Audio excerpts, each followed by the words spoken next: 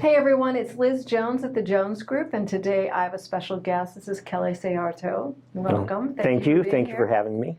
And as some of you probably recognize Kelly, he actually was the mayor of our fair, Murrieta, and now you are running for state assembly? Yes, I'm running for state assembly now. Wow, what governed that? What led that choice? Well, as the mayor and also a council member for, 13 years now, I've seen what the impact is that Sacramento has on our local cities. And there's a lot of frustrations that our cities and our communities have that are actually born from legislation that comes from Sacramento.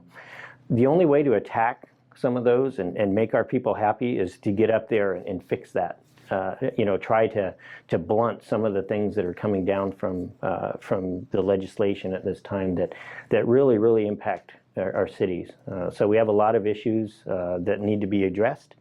And, that's one of the things that got me interested in stepping up and offering myself to be in the assembly. I love that you've taken a move to do that, but I have to tell you, I'm not even sure what an assembly member does. And I'm hoping that there's somebody else that does it. Can you share a little bit about that? I think you're not alone. I think a lot of people have no idea what an assembly member does. Essentially, and I'll give you the short version. An assembly member goes up and he tries to fight against bad bills, and they try to create good bills that really help people. And of course, everybody has a different definition of what that is.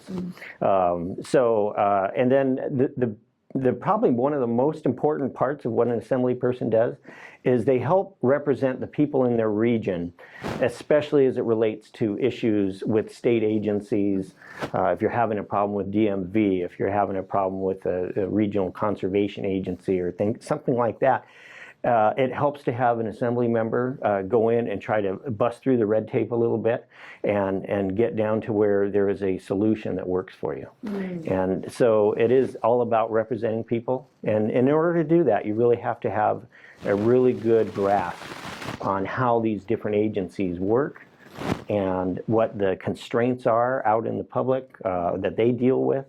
And be able to go to the right agency and talk to the right person and have good relationships with people to be able to truly help and represent them and get them through whatever crisis it might be.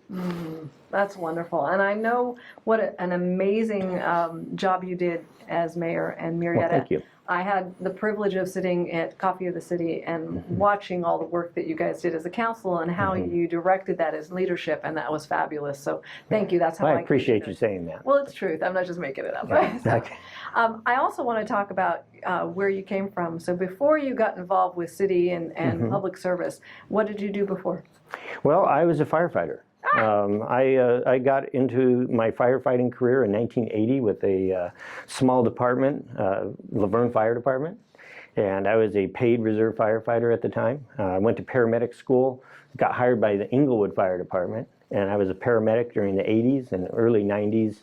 Became a captain there, an engineer and then a captain. And then in 2000, we got absorbed by Los Angeles County Fire Department. And that's where I finished my career in 2015, and I had promoted to the rank of battalion chief. And so I had a very long career. It gave me a lot of insight into different communities and what they're dealing with, and also what people deal with, because those are people from all types of different socioeconomic backgrounds. And, it also taught me what I like doing, which is I like helping people. That gives you the good feeling, and so I'm always up for that, and I've continued that with the political side of it. I don't like calling it political, but to me it's just, I'm just out trying to help people. Yeah, just trying to help people make their lives a little bit better than it was when they woke up that day. Wow. And so it was a great career. I enjoyed it. It was a little bit hard sometimes, but for the most part it really gave me an education in life. And I think that's real important when you want to represent people is you need some life experience. And that's something that I think I have. That's great. Love it. Now, I know that running for state assembly, you have a couple of key issues that you want to focus on the campaign trail. What are some of those? Well, one of them is something that affects our community. It's affected it both ways. Public safety, a big deal to me. obviously. One of them is on the police side. I've got to experience how important it is for our police to be able to do their job. And when people don't support them and people turn them into the bad guys and the bad guys into the good guys, it really creates a unsafe community for everybody. And we need to reestablish what our police are for, and also what our laws are for, and then hold people accountable that just can't follow those laws. I love it. The other part is public safety is the fire side of it. We have some catastrophic fires in California nowadays. We've wiped out entire towns, and we don't know why. But people that are in the fire service have a pretty good idea why, because we were out there. We have too many trees in the forests. We have too much brush, and that's impinging on the neighborhoods. And when we have winds and heat and that much fuel, that's a disaster waiting to happen. So we really need to get in there and try to manage our forests better and our open space areas better. We all love open space and habitat, but we've got to manage that so that it's not a dangerous situation for the people that live around it. Oh, that's a great thing. The second thing is, we have some attacks coming up on our, what the original Proposition 13. Oh, that's, yeah. Yeah, that's a big deal. Yes. They're taking they're in November. This is the November proposition. It's not Proposition 13 in November, but is an attack on the original one. And what they're trying to do is take commercial properties that were previously protected by the original Prop 13 and take those out, and then start reassessing them every year to 3 years. And then that's the tax that those commercial property owners would be paying for their property taxes. That's just kind of the first bite, as I see it. Next they see how easy that goes, they're going to go right to the residential part of it. And that's pretty scary. And that's what everybody is afraid of. Everybody's looking at that thinking, wait a minute. Grandma lives in LA and especially people on fixed incomes, they can't take $1,000 increase in property taxes every year. And so everybody's just terrified of this, and they should be. So, those type of taxes, and even the Prop 13 that's on this ballot in March, it's a bond. We all love our schools. We all love doing that. But California makes it 3 times more expensive to build anything. Wow. And so we're not getting the bang for our buck when we do borrow money to build schools and things like that. Wow. So until California is able to fix those things, we shouldn't be supporting those. And we should demand that they fix those. The things that they are putting in place that make it so expensive to build a school, to build other public facilities, hospitals and things like that, because they are, and that's really affecting us. So you also talked about businesses. You know what? Yeah, that's another big deal. Businesses are pretty much the lifeblood of a community, because that's where people work. That's where people that own the businesses are able to provide for their families. And they're not only providing for their families, but they're providing for their employees and their employees' families. And California's business climate, it's like this attack on people who own businesses because somehow they're the rich people and everybody else is at bay. For me, that's backwards thinking. We should be supporting businesses. We should be encouraging them to come in. This traffic you see every day that goes down to San Diego and over the hill, they're going to other places because the onerous business regulations that we have in place now don't allow the Panasonics of the world to come over and build a satellite facility here for their 1,000 workers that commute over the hill every day. And so to me, we have to look at those regulations and figure out, hey, are we going to fight against air pollution by doing things that make sense? Or are we going to tell everybody you can't drive anymore even though you have a commute of 60 miles or more one way that takes 3 hours a day? To me, it makes more sense to lighten up on some of those regulations, put places where people can work, and then also, get the legal system away from attacking our businesses with some of the regulations that they bring in that allow that. They're predatory, absolutely. Predatory lawsuits and things like that. All of these things together, the employment laws and things, a lot of them are well-meaning, but the ripple effect is nobody can work.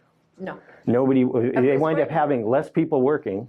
Oh, totally. And then the ones that are working, the business owners are just struggling. And then finally they shut their doors and everybody moves to another At some point state. it becomes easier to Right. go work for somebody else. So yeah, when you have like a 3-month waiting period to get a van to take you to another state, that's a bad sign, you know? So, you know, we have the best state in the United States. We have so many great natural resources here for people to enjoy, and yet people are moving out. It's too expensive. You know, they're letting things go that shouldn't. Agreed. The biggest crisis in California right now is the homeless crisis. Oh, man. Trying to deal with that, you know, we can't affordable home build our way out of it, because that's not I the think that's biggest what they're part of the trying to do, problem. aren't They think if you throw the affordable homes out there and keep throwing another $5 billion into it, that somehow that's going to go away. But until we treat mental illness, until we treat the drug addiction and the alcohol addiction that's putting people Agreed. that would ordinarily not be on the street in the street, you know, with the legal system the way it is now, we don't even have time to take somebody who's addicted to heroin, put them in prison, get them dried up, teach them something else, and then when they come out, they actually have a pathway forward. I like that. We really need to have things like that. And it can't be these broken, sporadic programs. We have, you'll hear, yeah, well, they're doing this really neat program over, but, right. They're all but it's disjointed. underfunded, it's all disjointed, it's not an effort that is going to make a difference. If we took that $5 billion that they were just throwing towards $700,000 units for affordable housing, which is not affordable, and built the facilities they need to take people off the street, get them rehabbed, teach them a trade, because Lord knows we have a real shortage of tradespeople. And then when they come out, they're off of drugs, their mind is clear, and they have a talent that they can take out there into the workforce. I like that. So that's something that we really need to try to get our arms around. And it just seems nobody is talking about it. And so, you know, those are just a few of the things that are going on in California. You're gonna have a plate full. I will, but I've always had my plate full, and we try to step up and deal with everything the best we can. But I think the biggest thing is to be able to get up there and communicate and build relationships that will enable us to actually focus on the real problems of California and not be so fractured as a organization. And I call that organization the state legislature. Wow. That's great. Well, Kelly, I know that while you're campaigning, it's very important to raise funds for campaign. Can we say that? Yeah, we can say that because it's true. That's one of the most difficult parts. All right. So everyone, you see who's running for a state assembly. This is Kelly Seyarto. And how can they reach you? Is there a website? Is there a Facebook page? I have a website, and it's pretty easy. It's kellyforassembly2020.com. Oh, wonderful. Well, thank you so much for being part of this. Thank right. you for taking the time to explain what your platform is.